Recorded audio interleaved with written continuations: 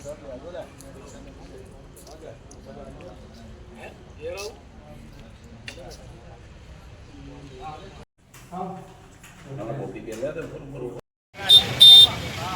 जाइए क्या अमदावाद क्या ऐसा बोल हुआ था। નમસ્કાર, સ્વાગત છે આપનું પીએનજી ન્યૂઝમાં. હું ધનંજય શુક્લ અને ઉમરેઠમાં આજે ખૂબ અઘટિત ઘટના બની છે. કહી શકીએ કે બહુ મોટો ગુનો બન્યો છે. ઉમરેઠ નગરપાલિકાની દબાણ હટાવો જે ટીમ હતી તે આજે નીકળી હતી અને બસ સ્ટેન્ડ વિસ્તારમાં જે ગેરકાયદેસર રીતે હોર્ડિંગ અને બોર્ડ માર્યા હતા તે હટાવવા ગઈ હતી.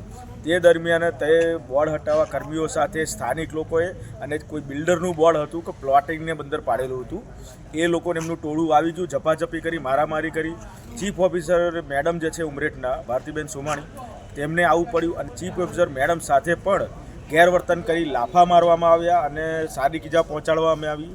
અને એટલું મોટું ટોળાએ ધમાલ કરી કે ઉમરેઠ પોલીસ સ્ટેશનમાં હાલ અત્યારે આ તમે જોઈ શકો છો ભારતીબેન સોમાણી અને ઉમરેઠ નગરપાલિકાના કર્મીઓ ફરિયાદ લખાવવા માટે આવ્યા છે.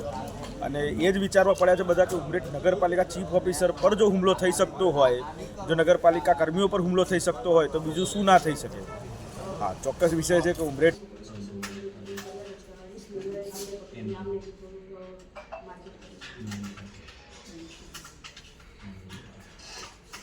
શું નામ છે તમારું? નીતિનભાઈ પટેલ, હોદ્દો દબાણ ક્લાર્ક. શું ઘટના ઘટી હતી? જે આપણે ઉમરેઠ નગરપાલિકાના જે પ્રિમાઇસીસમાં છે ને, જે આ બાગે જે રેસિડેન્સી છે એને વગર પરમિશને આપણે ત્યાં બેનર ઊભા કરી દીધેલા. પહેલું જાગનાથ હતું, ત્યાંથી બેનર ખસેડીને તે લોકો આવ્યા, જાહેર કરીને મુસાફરી કરીને આવ્યા. તમે કહ્યું તમારા બેનરો પરમિશન તમે લીધી નથી, અમારી પ્રિવેન્શન કર્યા છે એમ. તો ત્યાંથી ઉતાર્યું કે તમારું જે હવે વડાબજાર ગેટ છે અમે ઉતારવા જઈએ છીએ, તમે લઈ જાઓ અથવા તો અમે ભરીને લઈ જઈશું. પણ સાંભળ્યું નહીં, ત્યાંથી એ લોકોની ટીમ મુસાફરીએ ફોન કરીને અમને બોલાયા. એટલે અમે અહીંયા ગયા એટલે અમારે જો ટોરું થઈ ગયું અને ગમે તેમનું અમને જાનથી મારી નાખવાની ધમકી આપી અને કીધું કે તમારા ચીફ ઓફિસરને બોલાવો, ત્યાર પછી એથી તમને એ કરીશું. એટલે અમારા હરિજનભાઈઓને બધાને ગમે તેમનું વિશ્વાસ વર્તન કર્યું, જાતિવાચક શબ્દો વાપર્યા અને મને કહે તું કેવી રીતે નોકરી કરો છો, તને મારી નાખીશ. એટલે મેડમને ફોન કર્યો કે તમારે એટલે મેડમને મેં ફોન કર્યો કે તમે અહીં આવો અને ચર્ચા કરવા માગે છે લોકો. એટલે મેડમ આવ્યા અને મેડમે કહ્યું તમે પરમિશન લીધી ને એટલે આ બેનર તમે ઉતારી દો એમ. તો એ લોકો કે નહીં ઉતરે, કે તમે શું કરી લે. તો મેડમે કીધું અમારા સ્ટાફ દ્વારા, અમારી ટીમ દ્વારા અમે ઉતારી લઈશું. પણ ત્યાં સાંભળ્યું નહીં અને જાહેર કરીને છે જે અમદાવાદી, એ આવીને સીધો બેનને લાફો મારવાનું ચાલુ કર્યું અને ગમે તેમનો ગારો બોલવા મળ્યો અને મૂસો છે એ મને ફેર જેલીને મારવા માટે કર્યું. અને જે કોન્ટ્રાક્ટર છે ફરીદ ખાન પઠાણ, જે દુનાદરાનું છે, એને મારે કહે હવે તું અહીંથી કેવી રીતે નીકળું, જોઉં છું તને જાનથી મારી નાખીશ. અને જુનેદ કરીને છે સાહેબ, એને ચકલાસીવાળા. અત્યારે શું કરશો હવે તમે? અમે અત્યારે પોલીસ ફરિયાદ કરવા આવ્યા છીએ મેડમ સાથે. આપનો પરિચય? ભારતીબેન સોમાણી, ઉમરેઠ નગરપાલિકા ચીફ ઓફિસર છું. બેન, શું ઘટના બની છે, કેમ પોલીસ સ્ટેશન આવવું પડ્યું છે?